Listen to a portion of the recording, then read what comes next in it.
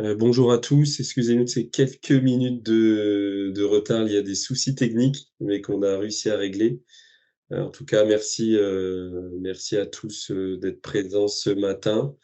Aujourd'hui, on voulait, organiser, du coup un webinaire sur, l'affluence et les retombées. Comment quantifier la fréquentation et évaluer l'impact touristique, et économique de grands événements? Et donc, vous présenter des cas d'usage. Heu, donc en présence, de GC que je vais présenter, ensuite, de Orange Business par, Jean-Michel Comté, sur le dispositif Fluvision et Mihaela Accente, de la métropole européenne de Lille.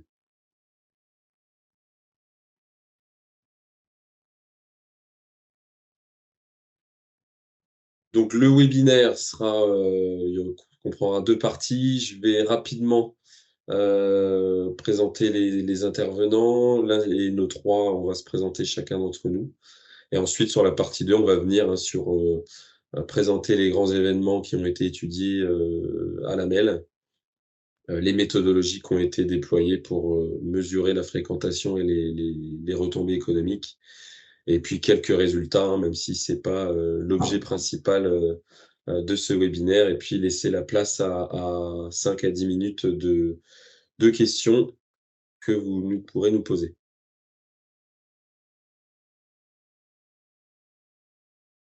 Donc comme je vous l'ai dit, donc Olivier Alloire, moi je suis directeur et fondateur de l'Institut GC, Mihaela Accente qui est chef d'équipe, observation études à la MEL, et qui chapeaute, pilote toutes les études, données, sur le tourisme, et puis Jean-Michel, Comté, que certains d'entre vous doivent connaître, qui est chef de projet à Fluvision Orange.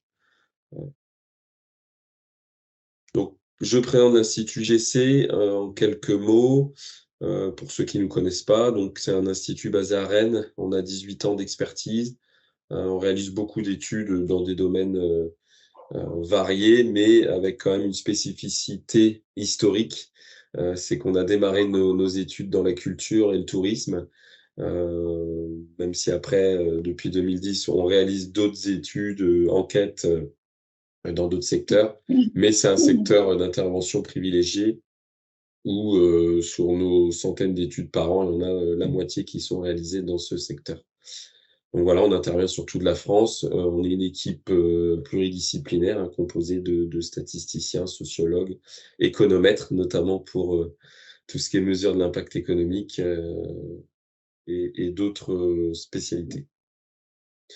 Donc on réalise, toutes les typologies d'études, des fois, mixtes, c'est-à-dire que soit on réalise des études quanti, combinées à des études qualitatives ou des fois l'un ou l'autre selon les demandes. Donc rappel, hein, ce qu'on appelle nous études quantitatives, ce sont des questionnaires et les études qualitatives, plutôt des protocoles d'études où on intègre des entretiens, des observations, ou des ateliers collectifs. Et nos méthodes de passation, hein, sont diverses et s'adaptent selon les méthodologies aussi qu'on doit mettre en place, soit du face à face, du téléphone, du panel quand on doit faire des études, à l'échelle, régionale ou nationale, voire internationale. Et également maintenant les réseaux sociaux, heu, l'emailing aussi, qui existe depuis longtemps, mais les réseaux sociaux depuis 4 ans, qu'on intègre aussi dans nos méthodologies, de recrutement, d'enquête. Voilà, quelques références que vous avez sur, votre droite, que ça soit, sur des festivals, enfin la Plus Culture, festival, des lieux culturels et d'autres références.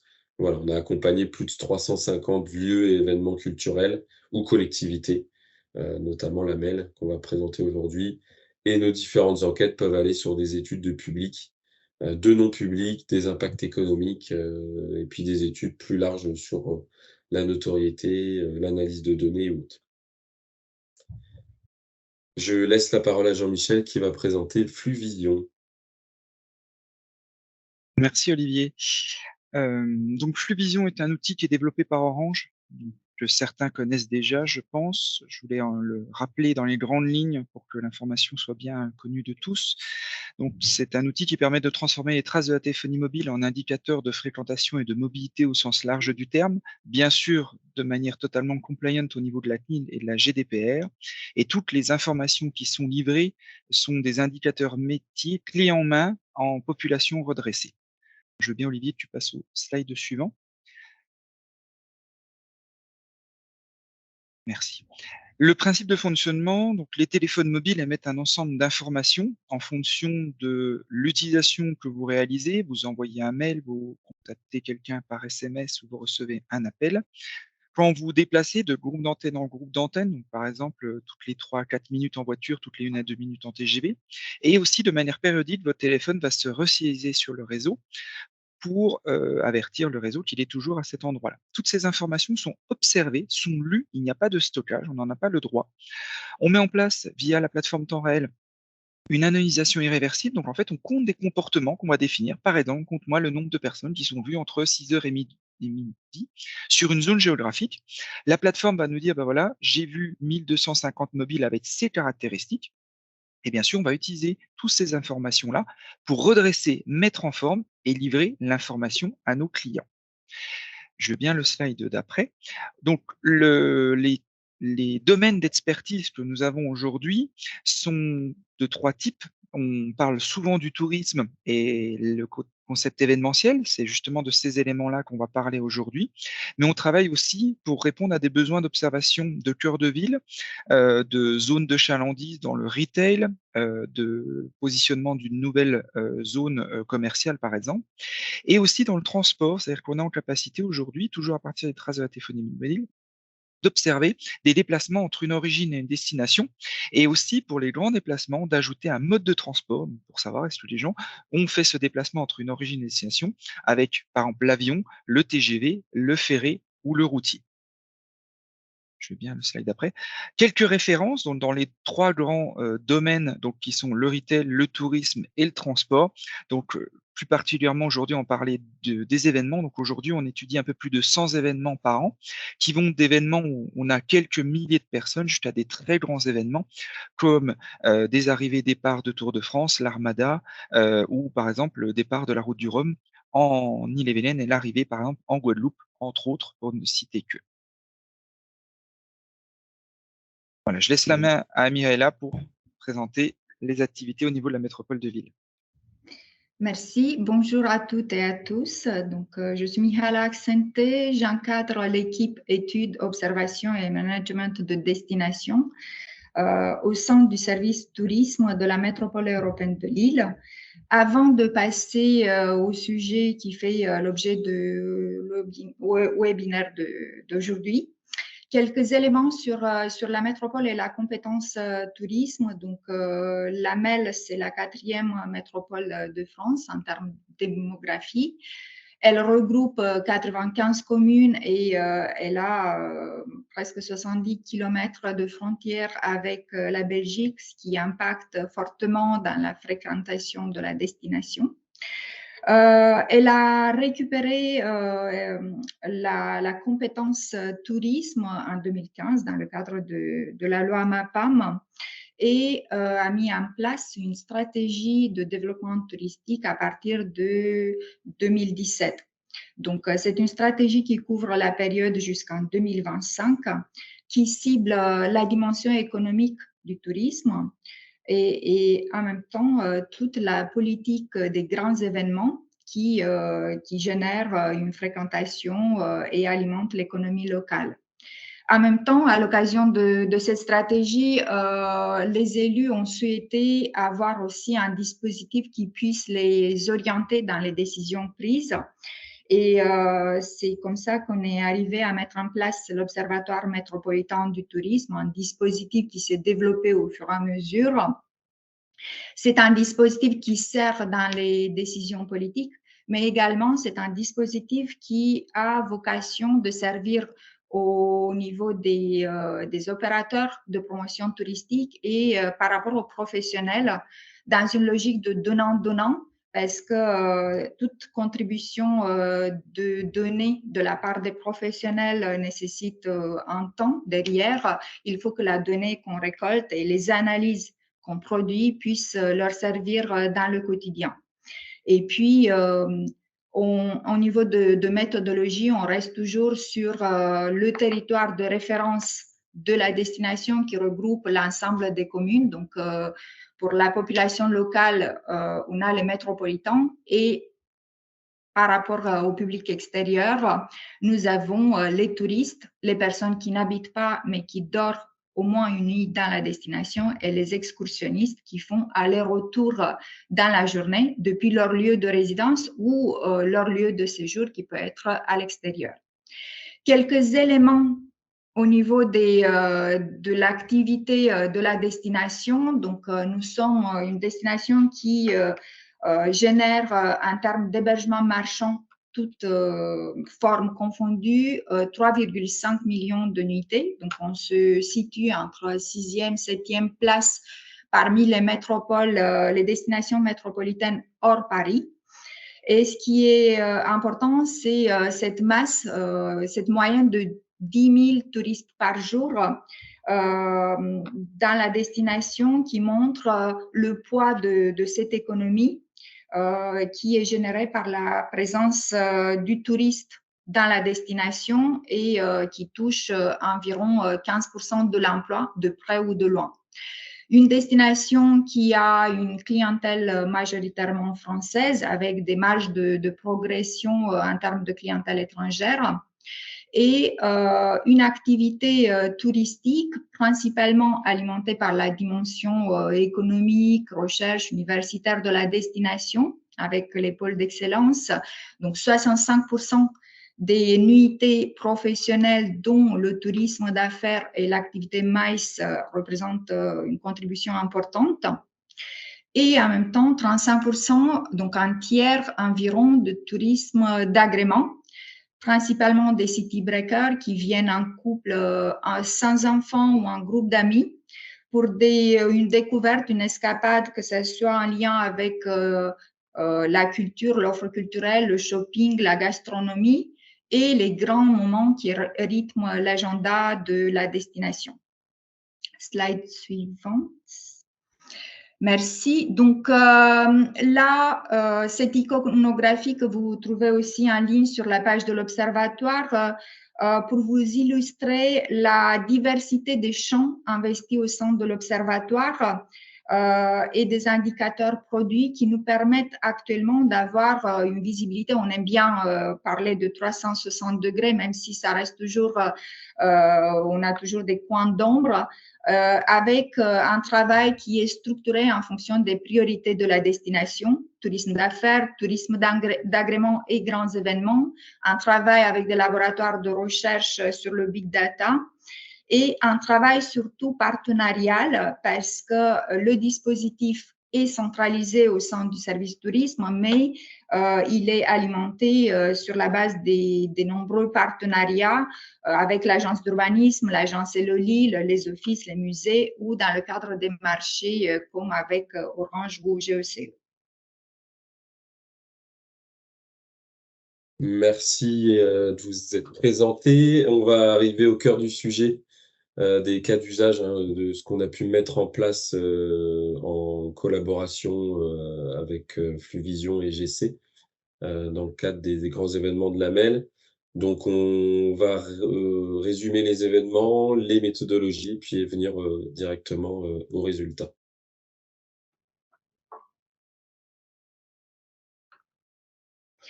Donc, nous avons repris ici quelques exemples des grands événements. Donc, grands événements, ça veut dire des événements qui ont un impact sur la dynamique, la fréquentation de la destination et principalement aussi sur tout ce qui est hébergement marchand.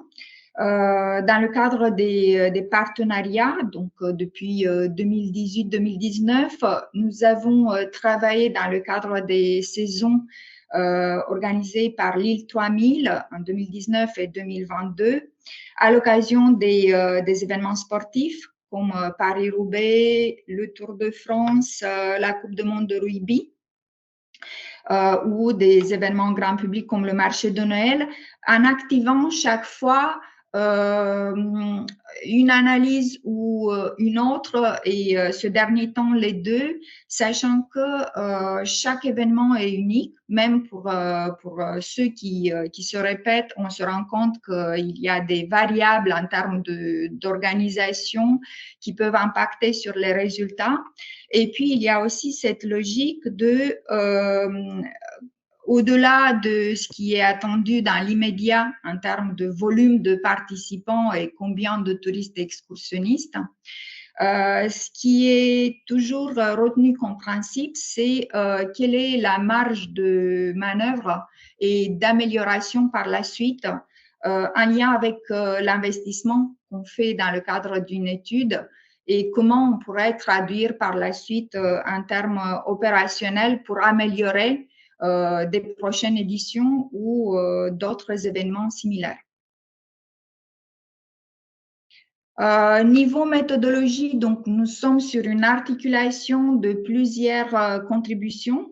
Il y a ce volet qui est alimenté par le partenariat avec Orange Business en termes de connaissances quantitatives des publics, mais aussi en termes de catégories de publics, touristes, excursionnistes ou locaux, métropolitains. Un deuxième volet qui vient compléter et qui est très important sur la connaissance qualitative, qui nous apporte des informations sur comment se déplacent ces publics extérieurs, quelles sont leurs pratiques, quelles sont leurs attentes, quel est leur niveau de satisfaction. Et aussi, on complète beaucoup avec d'autres indicateurs au sein de l'observatoire parce que nous avons la possibilité de regarder jour par jour les taux d'occupation en hôtellerie, le fonctionnement des meublés sur Airbnb et aussi sur tous les autres éléments. Je suis trop vaste en disant ça, mais on rajoute des éléments de fréquentation, que ce soit au niveau des équipements culturels, des produits touristiques, des offices de tourisme, avec ce volet impact organisateur pour lequel on fait à nouveau appel à GECE, au cabinet, sur certaines études et on va revenir par la suite. Olivier, si tu veux compléter. Ouais, je voulais ajouter justement cette articulation qu'on met en œuvre pour la MEL et d'ailleurs pour d'autres événements, qui pour nous, Institut d'études, avec l'arrivée de cette solution proposée par Orange, qui nous permet, nous, d'éviter de mettre en place des enquêtes de comptage, par exemple, notamment sur les événements qui sont grand public et qui sont dans l'espace public, ou sur lequel, effectivement, dans cette diapo, vous voyez, nous, on se base, quand on fait nos études d'impact économique, on est obligé d'estimer un nombre de personnes uniques qui participent à l'événement. Donc, si on est dans le cadre d'un événement avec billetterie où on a vraiment l'information sur l'ensemble des flux d'entrée, là, cela nous permet directement d'estimer. Mais dans le cadre d'événements qu'on a pu faire et qu'on va présenter, soit Eldorado, Utopia ou la Coupe du Monde de rugby, ou même d'autres événements, on a besoin, lorsque c'est sur l'espace public, de se baser sur les données Fluvision qui sont beaucoup plus fiables et précises que les données qu'on pouvait avoir soit de comptage, qui nécessite aussi un lourd dispositif d'enquêteur, ou des fois on avait des données préfectorales qui sont beaucoup plus, qui ont beaucoup plus de biais et qui sont beaucoup moins fiables. Donc, l'articulation entre nos deux méthodes nous permet de pouvoir proposer des études d'impact économique, même en lien avec aussi les études de public, qui évitent le moins de biais possible et qui sont, à notre sens, le plus fiables. Je laisse la parole à Jean-Michel. Merci Olivier. Au niveau de Fluvision, ce qui est très important à avoir en tête, c'est que c'est une solution qui va pas faire que du comptage. C'est-à-dire, certes, on va observer par exemple la fréquentation d'un nombre de personnes sur une zone géographique, mais on va être en capacité de ranger les gens dans des catégories. C'est-à-dire qu'on va pas s'arrêter à j'ai vu 30 000 personnes, qui est déjà une information très intéressante, mais l'idée, c'est de pouvoir ranger les gens dans des catégories en fonction de leur comportement sur la zone d'étude. Pour ça, on met en place ce qu'on appelle une segmentation. C'est-à-dire qu'on va regarder les dormants alors sur une zone définie. Par exemple, dans le cas de la métropole des études qu'on a fait pour la MEL, ce qu'on a défini comme zone qu'on dit de segmentation, c'est directement la métropole dans sa globalité, ce qui nous permet d'avoir une volumétrie, de dire, bah voilà, les gens que j'ai vus, bah, il y avait X% qui étaient des résidents de la métropole de Lille, X% qui étaient des personnes qui étaient en activité touristique occasionnelle ou en activité touristique récurrente, par exemple des étudiants ou résidents secondaires dans la métropole de Lille, et aussi la notion d'exclusionniste et de transit. Comment on définit ces choses-là? Donc, on va regarder sur les 2 derniers mois le comportement de ces gens, par exemple, sur la métropole, dans sa globalité. S'ils sont vus majoritairement et sur les 2 derniers mois en nombre de nuitées, qui ont fait au moins 22 nuitées, on appelle ça un résident, donc il peut être français ou étranger. Et ensuite, s'il est non résident, qui vient dormir, soit il sera en touriste occasionnel ou récurrent, c'est-à-dire habituellement présent, et on va regarder leur comportement en nombre de nuitées sur les 8 dernières semaines. S'il a fait plus de 4 fois une semaine avec au moins une nuitée, il va être habituellement présent, sinon il va être touriste. Ça, c'est ce qu'on appelle des dormants qu'on va pouvoir voir. Excuse-moi, Olivier, juste encore Ah, une minute sur le petit slide avant, pour avoir donc justement les dormants. Et bien sûr, on va regarder les gens qui sont vus en journée. La journée, ce qu'on appelle la fréquentation diurne, 6 heures, minuit. Et donc, ce qu'on va faire, ceux qui font que du passage, moins de 2 heures entre 6 heures et minuit, on va appeler ça du transit. Et ceux qui restent au moins 2 heures entre 6 heures et minuit, on va appeler ça de l'exclusionniste. Et donc, du coup, on va reséparer les exclusionnistes dits récurrents de non récurrents en fonction du nombre de fois qu'on les voit sur les 15 derniers jours, plus ou moins 5 fois, pour pouvoir segmenter justement le visiteur occasionnel du visiteur plutôt récurrent qui ne reste pas dormir ni soir ni la veille sur la zone d'étude. Merci Olivier du coup de passer au slide suivant. À partir de cette segmentation, quand on va étudier des événements, on va en fait avoir 2 types de filtres. On va avoir bien sûr la segmentation qui va nous permettre de dire bah, je peux prendre tout le monde pour avoir la globalité de la fréquentation, ou alors je peux faire un focus que sur les occasionnels, ce qu'on va avoir ce qu'on appelait la population additionnelle, qui est la somme des gens en activité touristique, donc qui ont nuité, et des exclusionnistes, des gens c'est-à-dire présents en journée de manière occasionnelle. Et on ajoute des filtres complémentaires sur la journée, le matin, l'après-midi, le soir. En fonction du type d'événement, on va pouvoir justement segmenter, par exemple, un départ du Tour de France, on va prendre les gens vus entre 6 heures et midi, ou alors par exemple une arrivée de Tour de France, plutôt 12 heures, 18 heures, voire par exemple un feu d'artifice ou festival 18 heures minuit ou 22 heures minuit. Et donc, ça permet d'extraire parmi la volumétrie globale certains types de comportements bien précis, certaines volumétries bien précises, pour justement rendre compte de la fréquentation d'un événement. Qu'est-ce qui est livré? Donc là, on parle de segmentation, donc c'est catégorie. Maintenant, au niveau des indicateurs, quand on met en place une étude touristique, qu'il soit événementielle ou une étude en continu, on va en fait avoir ces 4 principes-là. Donc, on va regarder la fréquentation, donc on va livrer des informations de comptage unique par jour, aussi par pas de 2 heures pour voir les montées de charge, descentes de charge, la fréquentation sur les nuitées. On va distribuer toutes ces informations-là pour les Français par tranche d'âge, par genre, aussi par rapport à des catégories socioprofessionnelles qui proviennent de la segmentation qui s'appelle GeoLife, c'est-à-dire que quand vous prenez un abonnement chez Orange, vous allez remplir une adresse précise. Par exemple, moi, c'est 1 rue Legrand à Belfort. Cette adresse précise va être assimilée à une iris, c'est la plus petite segmentation géométrie définie par l'INSEE. Et on va en gros caractériser les gens qui habitent dans cette iris, s'ils sont plutôt CSP, CSP+, ruraux en croissance. Et c'est des informations qu'on va pouvoir remonter pour, par exemple, caractériser la fréquentation par exemple, d'un événement, je reprends l'exemple du Tour de France, est-ce que ça a généré une population dite standard en fonction du genre, des tranches d'âge et des catégories socio-professionnelles. Bien sûr, pour les internationaux, on donne aussi l'origine par rapport au pays, vu la proximité, par exemple, sur la métropole avec la Belgique et d'autres pays limitrophes. Et on a des informations complémentaires sur l'activité. Donc, qu'est-ce que font ces gens? Là où ils ont dormi la veille et le soir, donc pareil, des gens qu'on va voir sur la métropole en excursion, on va pouvoir savoir, ils viennent de telle ou telle commune limitrophe en dehors de la métropole de Lille, et on pourra avoir l'information, est-ce que c'est des résidents ou des non-résidents de ces zones-là? Les arrivées, les départs, la durée de présence, la récurrence, ça c'est des informations complémentaires pour encore mieux connaître le type de visiteurs et qu'est-ce que font ces personnes quand ils viennent en activité touristique ou dans le cadre d'un événement. Donc effectivement, moi, si je peux juste ajouter un point, c'est tous ces éléments qui nous, en lien avec les résultats de l'enquête, puisqu'on pose aussi des questions sur le profil du touriste, hein, ou de l'excursionniste. Donc c'est ces éléments-là qu'on met aussi en regard des éléments, observés par Fluvision et qui nous permettent d'avoir des données finalement de correction de notre échantillon et des différentes populations pour correspondre à la réalité de ce qui est observé, sur le terrain. Donc quelques cas d'usage, on va pas tout présenter, dans le détail, mais on va essayer d'aller assez vite. Il nous reste 20 minutes pour laisser la place aux questions. Le Tour de France, le marché de Noël, en 2019, l'événement Utopia qui a eu lieu, l'année dernière et puis, récemment la coupe du monde, de rugby. Donc le Tour de France, comme on l'a précisé tout à l'heure, il y a eu que le dispositif Fluvision qui a été mis en place. Il n'y a pas eu, en tout cas, d'enquête, côté GC et l'objectif, c'était d'étudier la fréquentation, et les retombées économiques, du départ de la 5e étape, du Tour de France.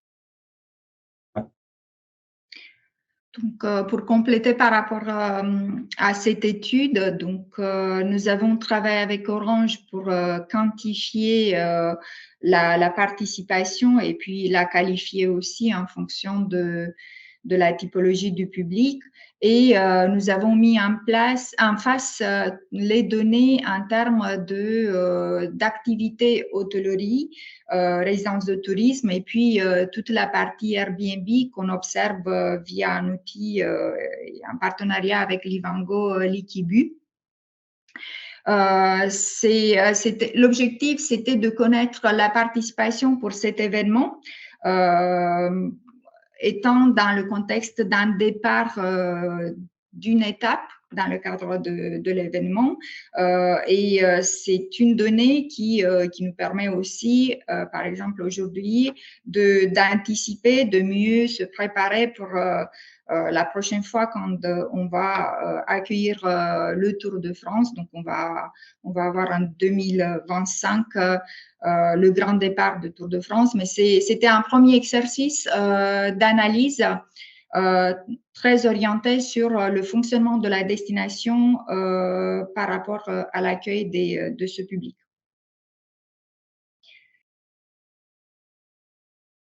Au niveau de la zone d'étude, donc comment on sait que des personnes sont sur une zone d'étude? Donc par exemple, là, on est sur le Tour de France. Donc ce qu'on met en place, c'est qu'il y a un dialogue, par exemple, qu'on a eu avec Mihaela pour définir la zone d'étude. Donc là, c'est ce qu'on voit, c'est en gros le parcours. Je ne sais pas si vous voyez, c'est un polygone noir qui était dessiné tout autour du parcours. Donc nous, comment on sait et on définit entre guillemets la zone d'étude, c'est qu'on va stimuler la couverture des antennes qui couvrent majoritairement cette zone d'étude. On va proposer plusieurs cartes. Il va y avoir une discussion qu'on a eue avec Mihaela justement sur comment choisir telle ou telle sélection d'antennes. On va représenter ça graphiquement, c'est ce qu'on voit à l'écran. Donc en gros, on a une différente sélection d'antennes qui est représentée par rapport à la couverture des antennes sur la tâche colorée que vous voyez à l'écran. Il y a une discussion sur ce sujet-là.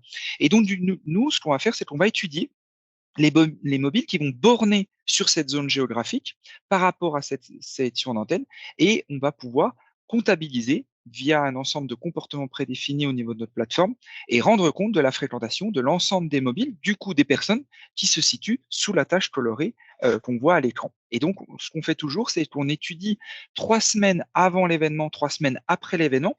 Donc, ça a été très utile dans ce cadre-là, puisque ça a permis d'avoir des informations avant le début, je dirais, de la saison estivale juillet-août, et d'avoir des informations aussi après, pendant la saison estivale, pour pouvoir se rendre compte de l'impact de l'événement. Par exemple, si vous avez un événement qui est le samedi, il y aura 3 samedis avant, 3 samedis après, pour vraiment voir l'impact de l'événement, ne serait-ce qu'en comparaison iso-périmètre sur le même jour, 3 semaines avant, 3 semaines après. Pour ce qui concerne des résultats, là, on vous montre quelques éléments, sachant que l'étude, l'analyse, elle est en ligne sur le site de l'Observatoire. Donc, ça nous a permis d'avoir un ordre de grandeur en termes de participants et de regarder en parallèle quand est-ce que ça a impacté en termes d'hébergement. On a très clairement vu qu'à la veille de l'événement, l'hôtellerie touchait presque le plan et que ça se répercutait aussi par la suite dans tout ce qui est meublé en Airbnb, avec une fréquentation des étrangers de 11%, une fréquentation renforcée certainement aussi. On peut voir sur la slide d'après par la présence des équipes, donc confortées par tout ce qui est participation internationale. Et après, ciblé très concrètement en termes de touristes, d'où venaient, que ce soit les touristes français, qui représentaient 61%, ou les touristes étrangers.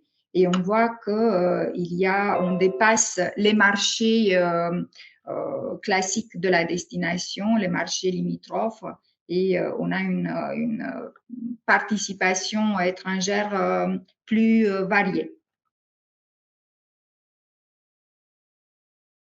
Et ce qui nous a également intéressé, c'est de voir comment la présence des touristes et d'où viennent les excursionnistes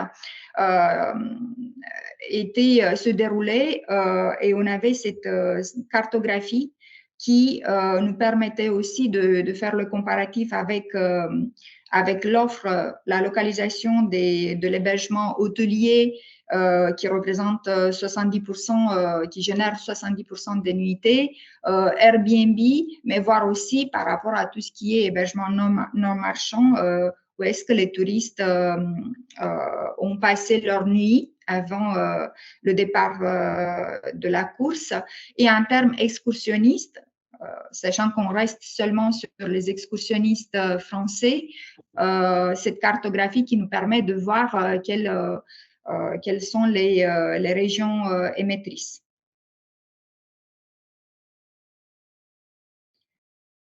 Un autre événement, c'était le marché de Noël avec une interrogation en termes de typologie de participants, au-delà de la forte fréquentation qu'on pouvait observer aussi régulièrement.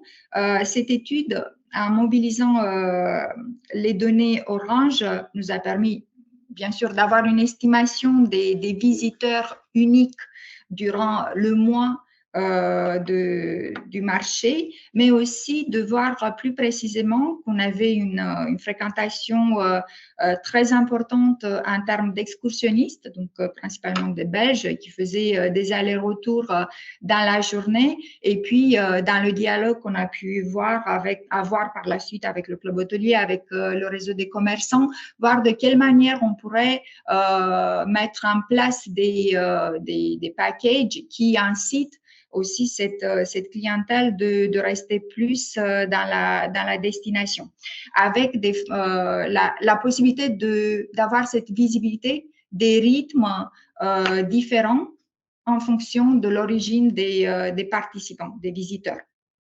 Voir par exemple quel est le jour le plus fréquenté ou le moins fréquenté par rapport à quelle clientèle, à quelle origine, comment la destination fonctionne aussi sur des périodes où on a d'autres événements qui se rajoutent.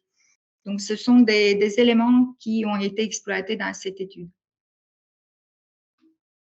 L'étude suivante où là on a pu on a pu travailler ensemble avec Fluvision, qui est un événement que va présenter Miala, mais qui a eu lieu l'année dernière, qui est proche de Eldorado en 2018, et qui a lieu tous les 4 ans, si je dis pas de bêtises. Donc c'est le grand événement métropolitain qui est sur plus de 6 mois et où on met un gros dispositif d'études. Très bien. C'est l'exemple d'une étude d'un partenariat qui s'inscrit dans la durée. Donc, les éditions se déroulent tous les 3 ans normalement. C'est un travail que j'apprécie particulièrement parce que on travaille beaucoup avec l'association Lille 3000 et c'est l'exemple d'une étude qu'on réalise et qui peut être exploitée, dont les résultats peuvent être exploités par la suite pour améliorer les éditions d'après. C'est aussi un partenariat qui suppose la confiance entre les différentes parties prenantes parce qu'on prend en compte aussi les données en termes d'organisation d'événements. Et puis, c'est un travail très qualitatif qui nous permet par la suite d'améliorer la mise en tourisme des prochaines saisons, de renforcer la fréquentation touristique de l'événement et implicitement tout ce qui est impact économique et d'une manière générale développer le territoire avec des actions qui sont déclinées par la suite en amont pendant de l'événement parce qu'il y a des éléments qui ressortent en termes de pratique, d'orientation en fonction de l'origine du public vers telle ou telle exposition et aussi qui nous permet de s'améliorer au fur et à mesure. Donc là, par rapport à ces deux études, il y a eu des enquêtes en face à face. Pour la dernière enquête en 2022, il y a plus de 6000 personnes touchées par les enquêtes par questionnaire. Et puis, la mobilisation de la méthode Orange à l'occasion de la parade d'ouverture.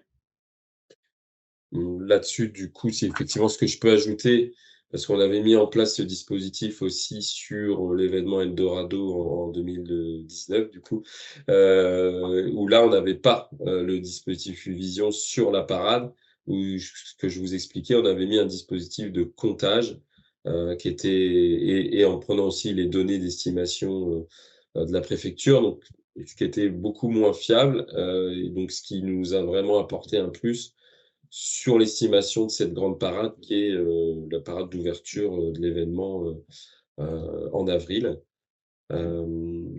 Juste pour rappeler, donc, le dispositif d'enquête, c'est un dispositif sur plus d'une quinzaine de lieux. Comme l'a rappelé Miaela, il y a eu plus de 6000 personnes interrogées par groupe de visiteurs, mais en gros, il y a eu 2500 questionnaires. Et vu que les personnes viennent à 2,5, on arrive à plus de 6000 personnes interrogées. On a fait tout un dispositif et d'échantillonnage réparti sur près de 5-6 mois, avec près de 400 heures d'enquête réparties sur, vous voyez sur la cartographie, là ce sont les lieux de visite, Palais des Beaux-Arts, Musée d'Histoire naturelle, mais il y a aussi eu des lieux dans l'espace public ou lors d'événements pour nous avoir un échantillon qui soit le plus représentatif possible finalement de la brochure de programmation et de l'ensemble des événements proposés d'avril à fin octobre. Donc c'est un dispositif qui a été consolidé en 2022 sur Autopia par rapport à ce qu'on avait fait en 2019 et qui est complété du coup par les données Flux-Vision. Donc ça, je viens de vous le dire. Sur la méthodologie terrain qui a pu être mise en place. Peut-être compléter sur le fait que ces enquêtes ont eu lieu sur des lieux de la programmation située dans la ville-centre, mais également à l'échelle ailleurs dans la métropole, justement pour intégrer toute cette dimension d'événements métropolitains qui animent les 95 communes de la destination.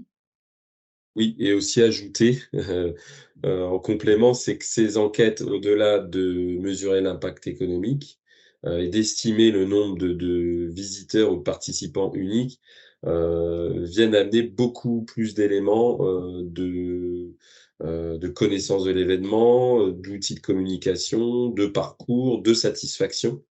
voilà, on utilise l'enquête, pas que sur les dépenses détaillées des participants, mais on va bien au-delà sur un questionnaire qui durait, 8 à 10 minutes selon les profils de visiteurs.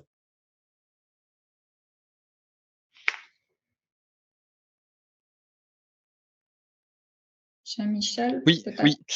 oui, oui, bien sûr.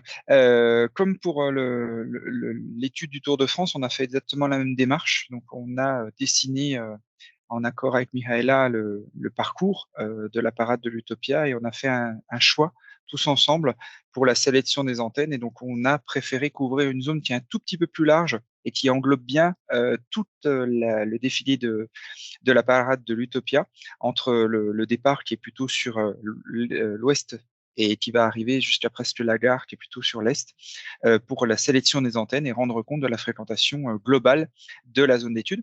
Juste un point, donc oui, on couvre plus large que la parade, mais justement, ce qui est intéressant, c'est de par la mise en place qu'on a de la segmentation, on va pouvoir extraire justement des données et se concentrer uniquement sur plutôt les gens qui vont venir en activité touristique et qui sont vus sur cette zone géographique, ou des gens qui sont vus en activité d'excursionniste et qui sont vus sur cette zone géographique, et extraire de la population, je dirais, globale, justement cette population dite additionnelle qui va venir spécifiquement pour la parade le 14 mai 2022.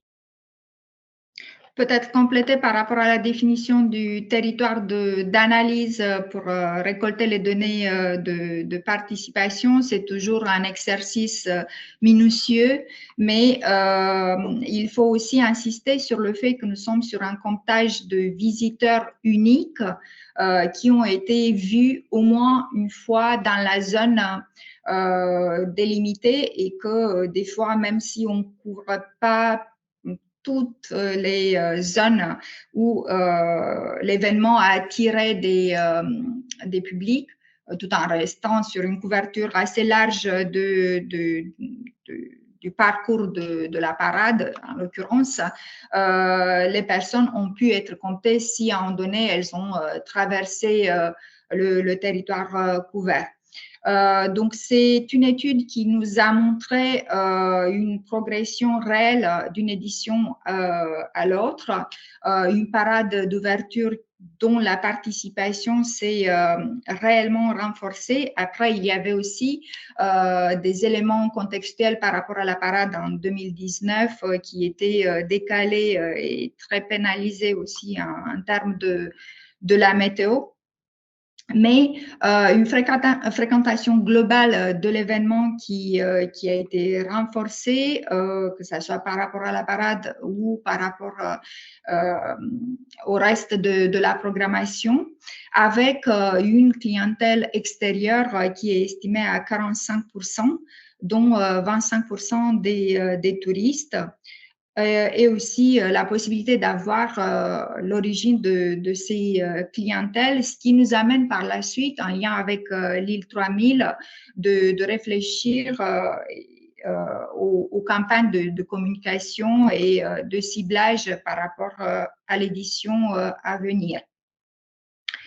Et aussi, ce qui est souvent très attendu pour calculer l'impact économique, d'avoir des estimations de dépenses et avec une différenciation entre les touristes qui sont en hébergement marchand et les touristes qui sont en hébergement non marchand, et par rapport aux excursionnistes, avec un calcul global. J'insiste sur le fait que c'est un événement qui dure presque 5 mois, qui alimente énormément l'offre touristique, la promesse touristique du territoire. Donc, d'une manière globale, là, c'est pas le chiffre qui a été repris, on est sur 53 millions d'euros d'impact global des visiteurs qui ont visité, qui ont fait les expositions, qui ont découvert la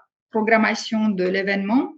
Et 7 millions d'euros si on cible directement l'impact directement lié à l'événement. Et également avec un impact organisateur qui est suivi et qui s'améliore d'une année à l'autre. slide suivante. Donc, allez-y, Mihaela. oui, dernier événement, la Coupe du monde de rugby, qui a fait l'actualité de la rentrée 2023.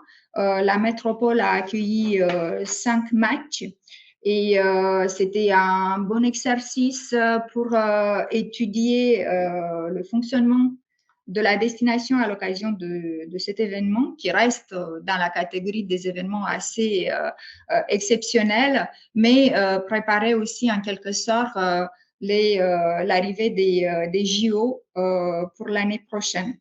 Donc, c'est une étude qui a mobilisé là, du coup, l'ensemble des indicateurs et de la méthodologie avec un travail avec Orange et OCE et aussi les autres indicateurs de l'Observatoire.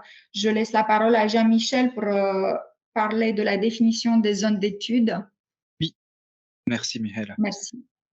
Donc, ce qui a été mis en place, c'est 2 zones d'études pour répondre à 2 besoins. Donc, on voit par exemple à droite le stade Pierre-Mauroy. Donc là, on a bien pris en compte ce qu'on appelle des antennes indoor. Donc, c'est l'ensemble d'antennes qui est à l'intérieur du stade.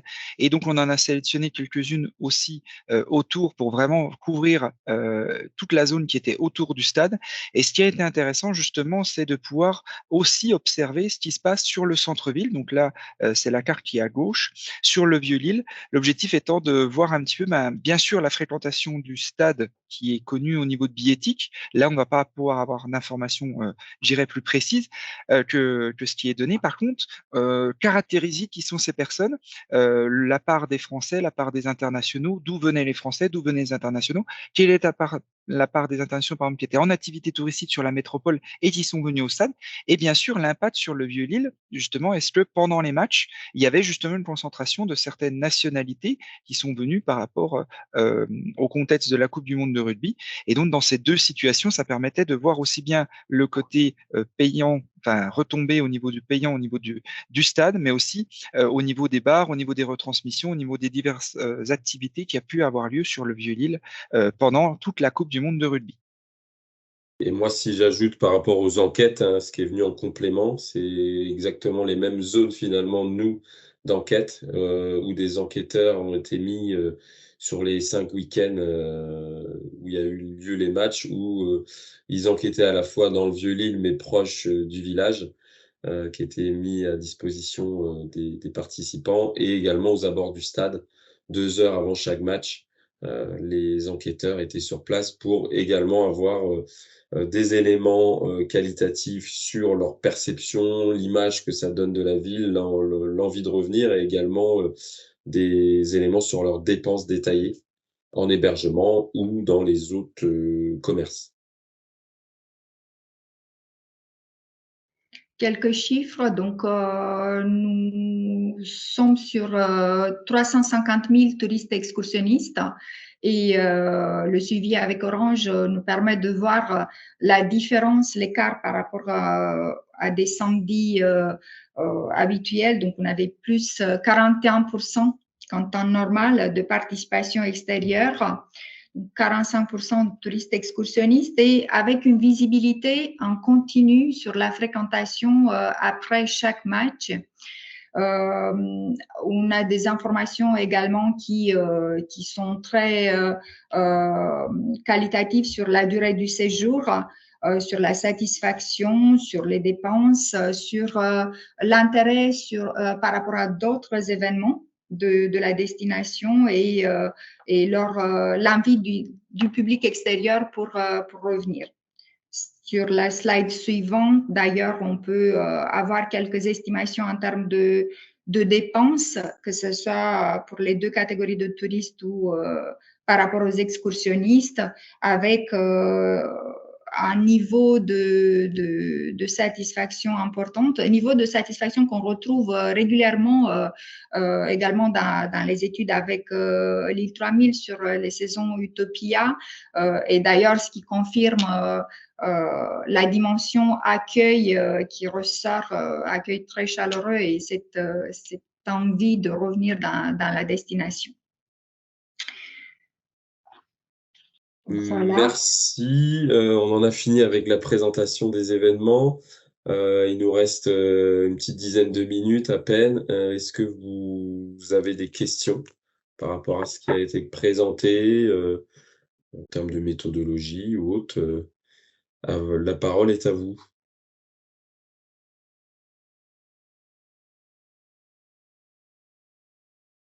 Vous pouvez bien sûr directement poser votre question dans Oui, la dans le chat. conversation si vous n'osez pas. La première question est toujours la plus difficile. N'hésitez pas, c'est le moment. Peut-être en attendant les réactions, ce que je voudrais rajouter, c'est vraiment la particularité des différents événements et puis aussi cette différence entre des événements très concentrés dans le temps et assez définis dans leur périmètre de déroulement par rapport à des études d'impact sur des événements qui se déroulent sur des temporalités plus importantes, comme c'est le cas pour les éditions Livre 3000, et qui nécessitent derrière une adaptation de la méthode, mais aussi sur le calcul de l'impact, parce qu'on est sur des logiques légèrement différentes. Je crois que j'ai vu On a une une première question. question pour toi, Jean-Michel, sur est-ce que l'outil Fluvision concerne-t-il seulement que les clients Orange? Et quid autres réseaux? Très bien, merci. Alors, je ne sais pas si tu peux remonter sur la slide du fonctionnement, Olivier, pendant que je réponds.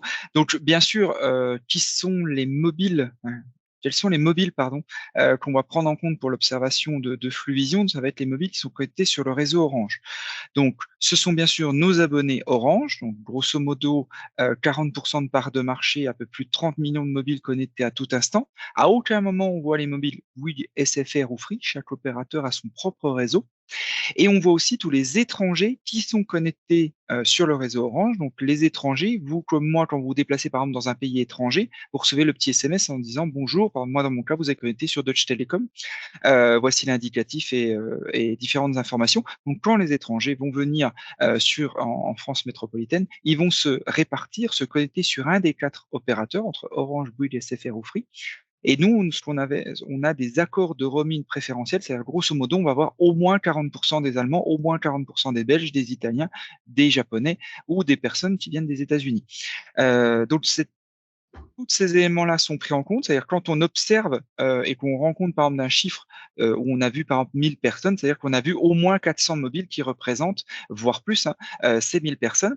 Et donc, comment on passe d'un nombre de mobiles à un nombre de personnes? Pour nos Français, on va utiliser toutes des informations par rapport à leur adresse de facturation, le genre, l'âge et la catégorie socio-professionnelle, pour pouvoir prendre en compte tous ces éléments pour redresser et avoir une information précise en nombre de personnes équipées, multi-équipées ou pas du tout équipées. Et pour les internationaux, on va faire exactement la même démarche, sauf qu'on va se placer à l'échelle du pays d'origine, on va adresser de la même manière, par exemple, un Allemand qui vienne de Berlin ou du Düsseldorf. J'espère avoir répondu à votre question. Alors une autre question, comment préparez-vous la période des JO sur ces enjeux? Quels seront les contours des études prévues à cette occasion? Miaela? Je pourrais donner quelques éléments de réponse, sachant qu'on est sur cette phase de préparation de la méthodologie. Mais nous avons les premiers éléments sur le déroulement des épreuves. Donc, on est sur 15 jours d'épreuves et un peu plus de 50 matchs. On a donc la période du déroulement, d'accueil des épreuves et très probablement, on va partir sur une étude similaire qui va se focaliser sur le centre-ville qui est de Lille, qui est un lieu incontournable de passage pour encore plus pour le public extérieur, et sur le lieu des épreuves, donc sur le stade. En plus, avec tous les autres éléments qui nous sont remontés à la fois par les organisateurs, on travaille en lien étroit avec la direction des sports et aussi avec les autres indicateurs en termes de taux de réservation. parce qu'on a la visibilité dès à présent sur la réservation au niveau de meublé Airbnb et de plus en plus sur l'hôtellerie. Oui, puis peut-être, moi, si je peux ajouter, c'est vrai que ces études, même si ce qu'on a présenté est assez technique, ce qui montre la complexité de réaliser des études de retombées, hein, qui montre, voilà, qu'il faut des vrais protocoles d'enquête, des vrais protocoles d'analyse, en lien avec les données fluviales et tout ce travail, même si on le présente rapidement, même d'estimation prend du temps. Mais ce que je voulais dire, c'est qu'en plus, ces enquêtes, permettent d'anticiper justement pour les JO, la stratégie d'accueil, la stratégie événementielle, la stratégie de communication, d'identifier aussi le volume de participants pour créer derrière, et Miaela pourra le confirmer, un travail partenarial avec l'hôtellerie, les sports, et de pas, travailler un peu au doigt mouillé.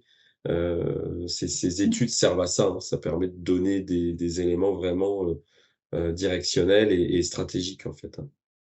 Et puis, il y a tous les autres parties, éléments de l'offre du territoire. Actuellement, on est en train de voir avec les équipements culturels pour avoir la visibilité sur leur fréquentation jour par jour.